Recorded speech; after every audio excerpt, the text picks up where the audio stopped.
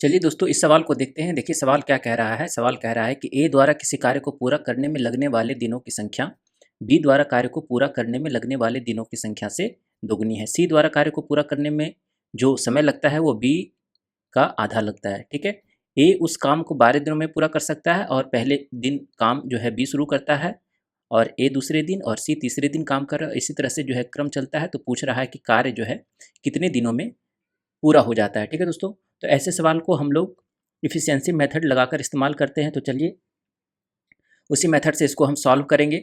तो इसका जो फार्मूला होता है दोस्तों, यहाँ पर जो फार्मूला हम अप्लाई करेंगे वो होता है work equal to time into efficiency. ठीक है दोस्तों, तो इफ़िशियंसी का मतलब होता है कि कोई भी काम, हाँ, कोई भी आदमी किसी काम को, है ना, कितना कर सकता है प्रतिदिन या प्रति घंटा। ठीक है, तो काम जो होता है ये प्रतिदिन होता है। काम प्रतिदिन, ये कितना काम प्रतिदिन कर सकता है, प्रति घंटा कर सकता है, जैसा भी सवाल में दिया हुआ होगा। ठीक है, तो इसी इफिशियंसी मेथड का इस्तेमाल करेंगे और यहाँ पर ये भी जानेंगे कि जो इफिशियंसी होगा, है ना, इफिशियंसी और टाइम का रेशियो हमेशा उल्टा रहेगा। ठीक है, तो यहाँ पर देखिए कि ए का और बी का टाइम का रेशियो क्या है। ठीक है, तो ए का जो है टाइम लग रहा है दुगना, किससे, बी से। तो अगर टाइम का रेशियो देखेंगे तो ये 2 गुना है, अगर ये 1 है तो ये 2 यूनिट हो जाएगा। तो ये हो गया टाइम का रेशियो। तो इफिशियंसी का रेशियो कितना हो जाएगा, 1/2, इसका उल्टा होगा। उसी तरीके से बी और सी के केस में देखेंगे टाइम का, सी का जो समय लग रहा है बी का आधा लग रहा है। तो सी, अगर बी का 1 है तो सी का कितना हो जाएगा, 1/2, यानी कि बी का आधा लग रहा है। ठीक है, तो ये टाइम का रेशियो कितना हो जाएगा, 2/1। तो इफिशियंसी रेशियो कितना आ जाएगा, 1/2। ठीक है दोस्तों, यहाँ से ए बी और सी का इफिशियंसी रेशियो हम निकाल लेंगे, ए अनुपात बी अनुपात सी। तो 1:2 है ए अनुपात बी और 1:2 है बी अनुपात सी। तो टोटल इसका एफिशिएंसी निकल जाएगा ए और बी और सी का कंबाइंडली 1 गुना 1, 2 गुना 2 और 2 गुना 2 इधर 4। ये हो गया आपका एफिशिएंसी रेशियो किसका, ए बी और सी का। अब यहाँ पर कह रहा है कि ए उस काम को 12 दिनों में पूरा कर सकता है। तो आपके पास टोटल काम कितना हो जाएगा, तो वर्क बराबर आप जानते हैं टाइम इंटू इफिशियंसी। तो टाइम कितना है, ए का 12 है। ठीक है, और ए की इफिशियंसी कितनी है, 1 यूनिट है। इसका मतलब है कि टोटल वर्क जो रहा होगा वो 12 रहा होगा।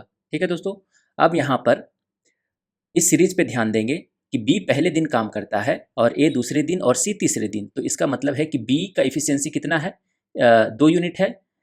ए का एफिशिएंसी है 1 यूनिट और सी का एफिशिएंसी है 4 यूनिट। इसका मतलब है कि बी 2 काम प्रतिदिन करेगा, सी 4 काम प्रतिदिन करेगा और ए 1 काम प्रतिदिन करेगा। तो 3 दिन का काम कितना हो जाएगा, 3 डेज वर्क।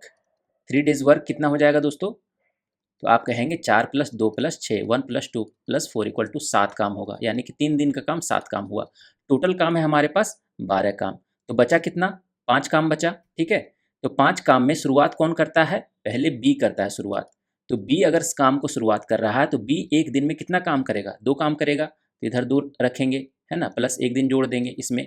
ठीक है, फिर उसके बाद ए काम शुरू करता है तो ए कितना काम करेगा, 1 काम करेगा। तो इधर हम ए रखेंगे, 1 रखेंगे और इधर भी 1 जोड़ देंगे। ठीक है, और उसके बाद बाकी बचा काम कितना हो जाएगा, 7 दूनी 9, 1 10 हो गया, बाकी बचा 2 काम। ठीक है, तो 2 काम सी करेगा तीसरे दिन और सी कितना कर सकता है, 4 काम कर सकता है। ठीक है, तो ये इसका हो जाएगा टोटल 12 दिन। और समय कितना हो जाएगा, तो आप जानते हैं कि समय निकालने के लिए क्या होगा, वर्क बटा इफिशियंसी। अगर समय को इधर रखेंगे तो वर्क बटा इफिशियंसी। वर्क कितना बचा है आपका, तो आपका बचा है वर्क 2 और टोटल इफिशियंसी कितना है, 4। तो ये हो जाएगा आपका समय। तो 2 दूनी 4, 1/2। ठीक है दोस्तों, यहाँ से आपका 12 काम निकल गया और इधर से आपका निकल जाएगा 3, 1 4, 1 5 प्लस हाफ, यानी कि 5.5 दिन में टोटल काम कंप्लीट हो जाएगा। ठीक है दोस्तों, तो इस तरह से हम सवाल को कंसेप्ट तरीके से समझते हुए बनाते हैं। तो अगर ऐसे आप सवाल सॉल्व करेंगे तो टाइम एंड वर्क में ऐसे सवालों में कभी कोई दिक्कत नहीं आएगी। अगर कोई डाउट है तो कमेंट में पूछें। फिर मिलते हैं अगले सवाल में। धन्यवाद।